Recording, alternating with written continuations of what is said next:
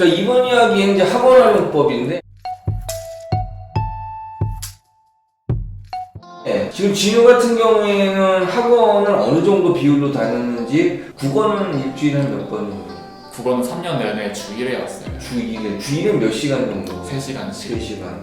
영어는 2학년 때까지 다니다가 3학년 이후로는 안 다녔어요. 3학년. 그럼 2학년까지는 몇 시간 정도? 주 1회 3시간이요. 그러면 이거는 그런 학원은 아니네. 애들 잡아놓고 그냥 미친듯이 시키는 학원이잖아. 되게 자유로운 분위기 학원이었어요.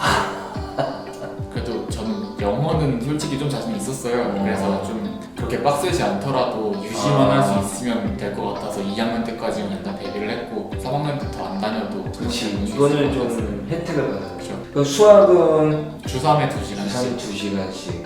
그리고 과학은 어떻게 되죠? 과학은 한 영역당 주 1회 그리고 한 번에 3시간씩. 2학년 때는 그 내신을 3과목을 해서 3번도 다녔고 이제 3학년 때는 22개만 남겼죠. 그럼 시간이 많이 남는데 활용을 자기가 자습이나 자기 관리하는 걸로. 그렇죠.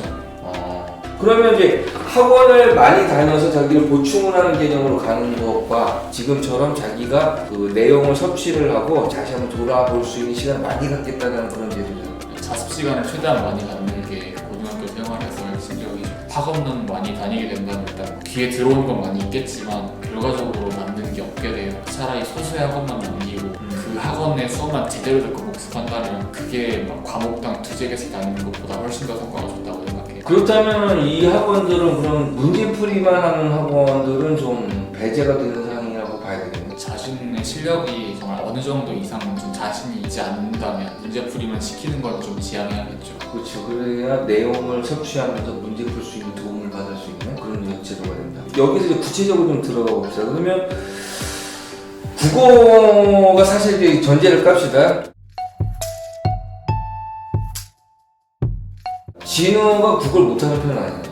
국어는 어떤 식으로 공부했어요? 국어는 일단 내신 기간에는 그냥 학원에서 시키는 대로 했어요. 정말 솔직하게 말씀드리자면 대신 문법 내신을 할 때는 그냥 문학을 할 때보다 훨씬 더 열심히 했죠. 일단 그건 수능에서 도움이 되니까. 그리고 3학년 때는 이제 지금 2학년 때랑 별반 다를 건 없을 것 같아요. 근데 국어는 그냥 학원에서 시킨 대로 하는 게 사실 전부가 아닐까 싶어요.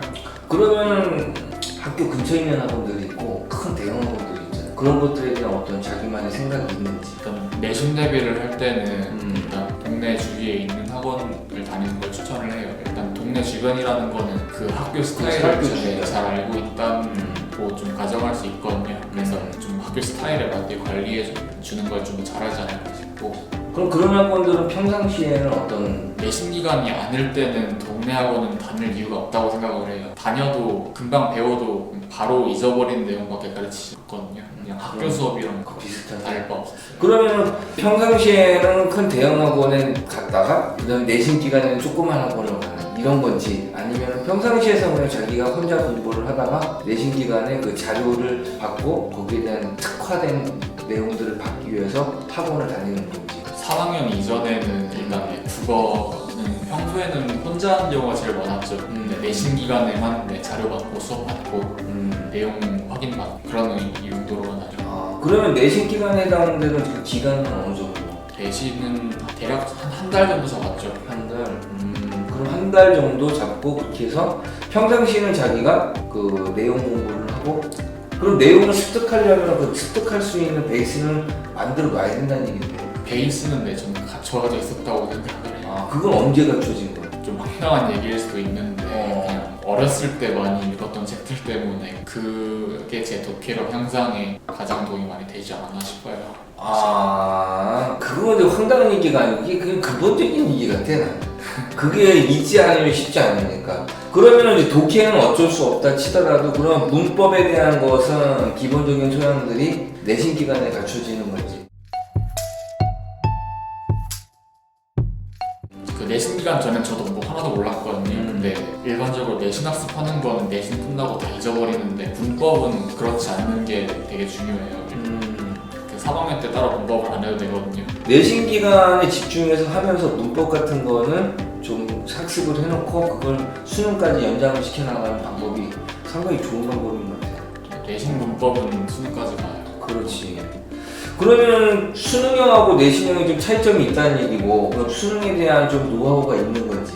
일단은 국어 어려운 지문을 읽다 보면 되게 긴 글을 읽는 경우가 많은데 본인이 기억할 수 있는 내용의 양의 글만 읽는 걸 추천하고 싶어요. 자기가 읽을 수 있는 그 기억할 수 있는 양을 어느 정도 자기가 측정을 하고 알고 있어야 된다. 그래서 저의 경우에는 그 양이 한 문단 정도였는데 그래서 저는 글을 쫙 읽고 문제를 풀기보다는 1문단을 읽고 1문단만 읽고 풀 수 있는 문제를 해결하고 2문단을 읽고 2문단에서 해결할 수 있는 선지부터 먼저 제끼고 이런 식으로 해서 글을 여러 번 읽는 일이 없도록 했어요. 자기가 읽어서 기억할 수 있는 양을 먼저 판단을 해놓고 거기에 맞춰서 거기에 맞는 전략을 세워 들어간다. 독해력은 그 고3 때 갑작스럽게 글을 많이 읽는다고 해서 느는 게 아니에요. 일단 앞에 말했던 것처럼 어렸을 때 책을 읽고 그 과정, 그러니까 한 초등학교 6학년 이전에 독해력은 이미 묻어져 간다고 생각을 해요. 그 이후로 독해력을 올리는 건 정말 어렵죠. 그러니까 좀 되게 구체적인 어떤 안을 갖고 있네. 근데 대부분 보면 그 구체적인 안이 없이 진행하는 게 너무 많은 것 같아요. 그냥 무작정 읽다 보면 언젠간 잘 읽히겠지 하는 생각을 많이 하는 것 같은데 그렇지 않거든요. 전 국어에 대한 좋은 팁 하나 나온 것 같습니다.